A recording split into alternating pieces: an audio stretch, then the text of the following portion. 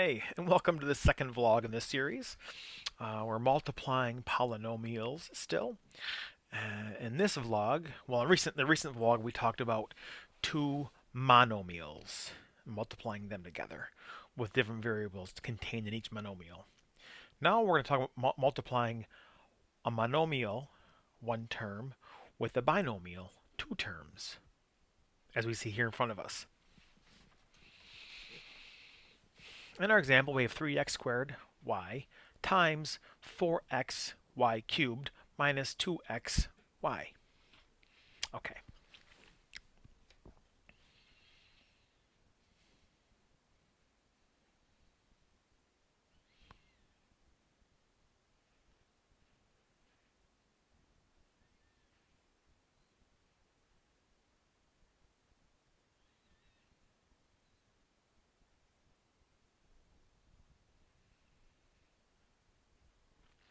Now, a monomial meaning 1 and bi meaning 2. We also have tri for a trinomial. That would mean 3 terms. All of those terms are under the umbrella of polynomials. Polynomial meaning 1 or more terms.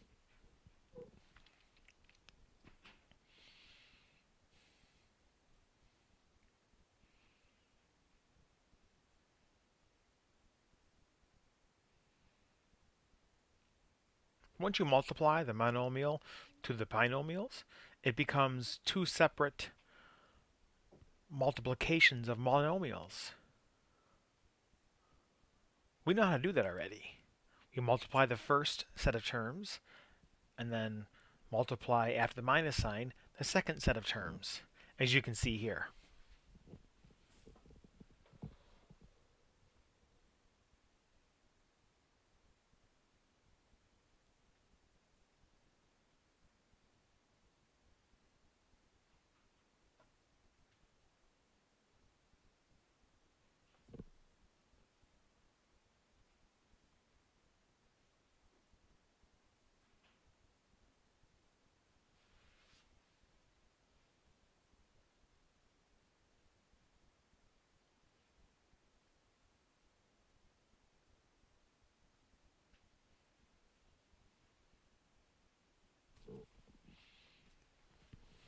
And that's how we proceed with this problem.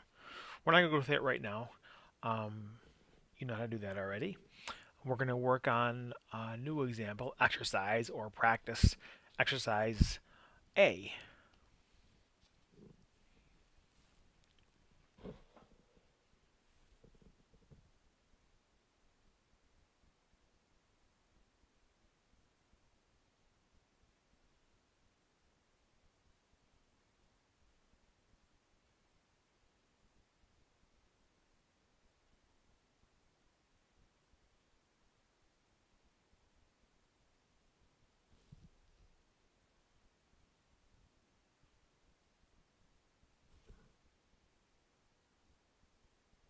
Now we're multiplying the one monomial versus to the first term, and then when we go to the second term, we need to keep the negative, the minus subtraction sign. We'll multiply our monomial with the second term of our binomial.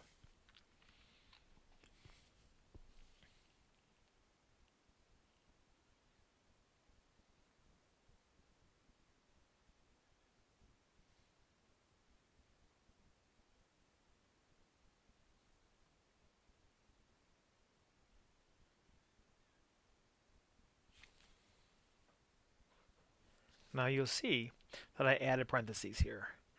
Do I have to? No. No, we don't have to. I like to because we have minus and negative. They're going to be positive. I want to keep them separate for right now so I know what I'm doing. Now let's clean up and get to our final answer.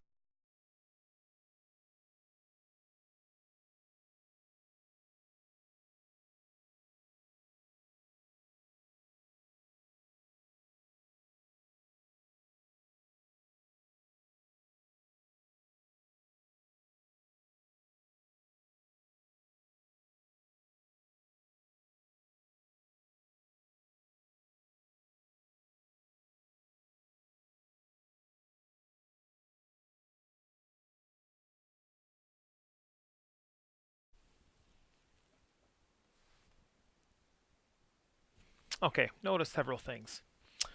I went ahead and multiplied the actual term numbers and variables together. I didn't go through and list them separately. Negative 2 times 4 is negative 8. J squared times j squared is j to the fourth. K is k. Now, I subtracted, and then I kept the negative 2 times 3 would be negative 6. And then we have j squared is j squared, and k times k squared is k to the cubed.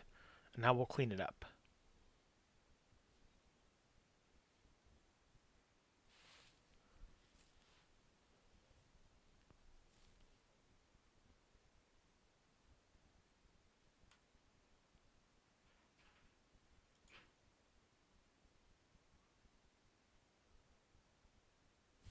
And that is our final answer. That's our next example now.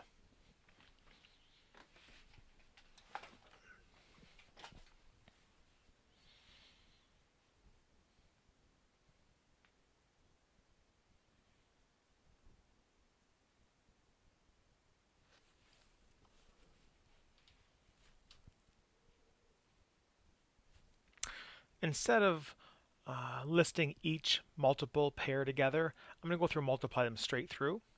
1/3 times 12 is 4, and it's a negative 4 because negative.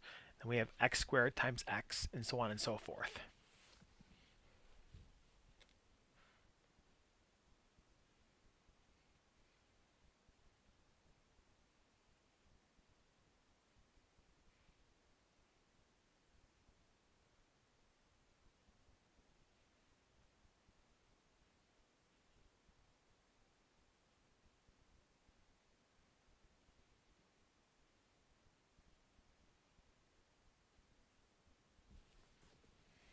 Now we can see we have 1/3 times 15 is negative 5. X squared times nothing is just x squared. And then y cubed, comes down as y cubed. Now we'll clean it up.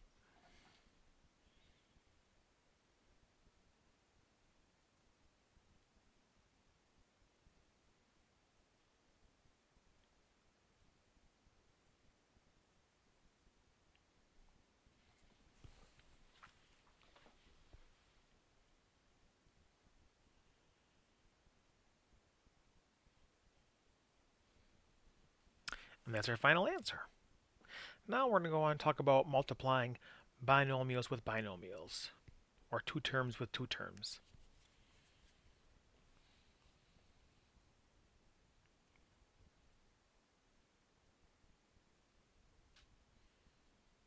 It's the same principle. We're multiplying one term with the next two terms and the second term with the next two terms. We distribute them. We're just expanding the same thing we've been doing. Some people know about the FOIL, F-O-I-L, first, outside, inside, last. That's fine, that'll work.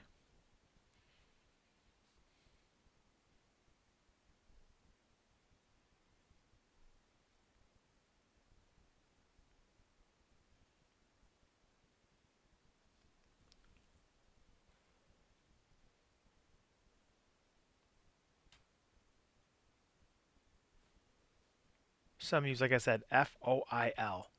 You can use that.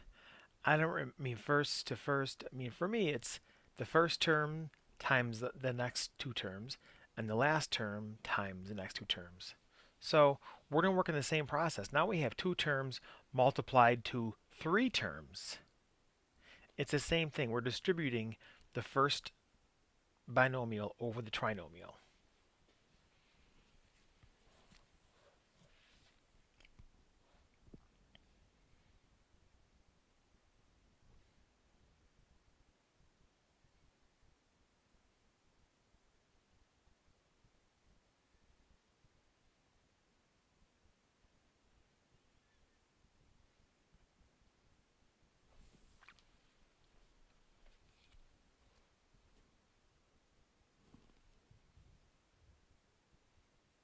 Now, here it's an important thing.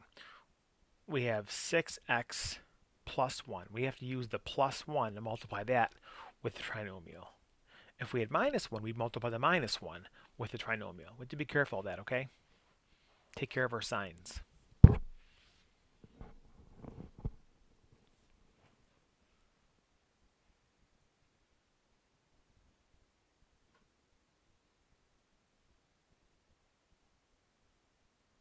Now just notice I didn't write 1 times 2x squared, 1 times 4x, 1 times 1. It's there, but I didn't feel like we needed to write it. We all know what 1 times anything is, that same thing. And now I'll clean it up.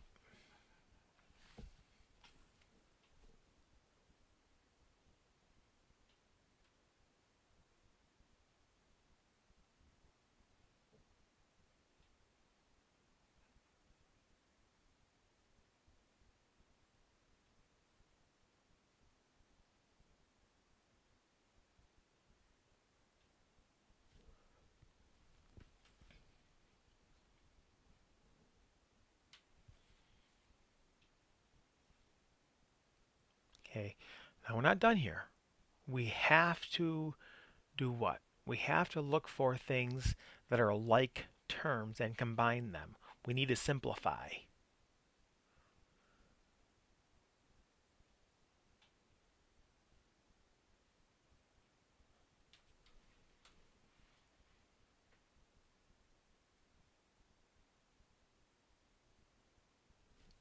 So here we have 12x cubed. We need to look for other x cubed terms. Nope, nope, nope, nope. Okay.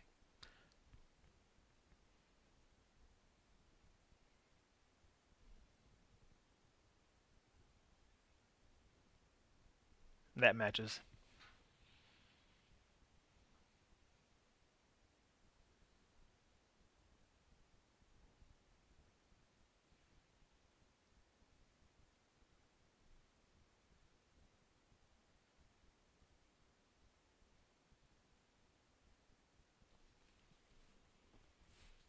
And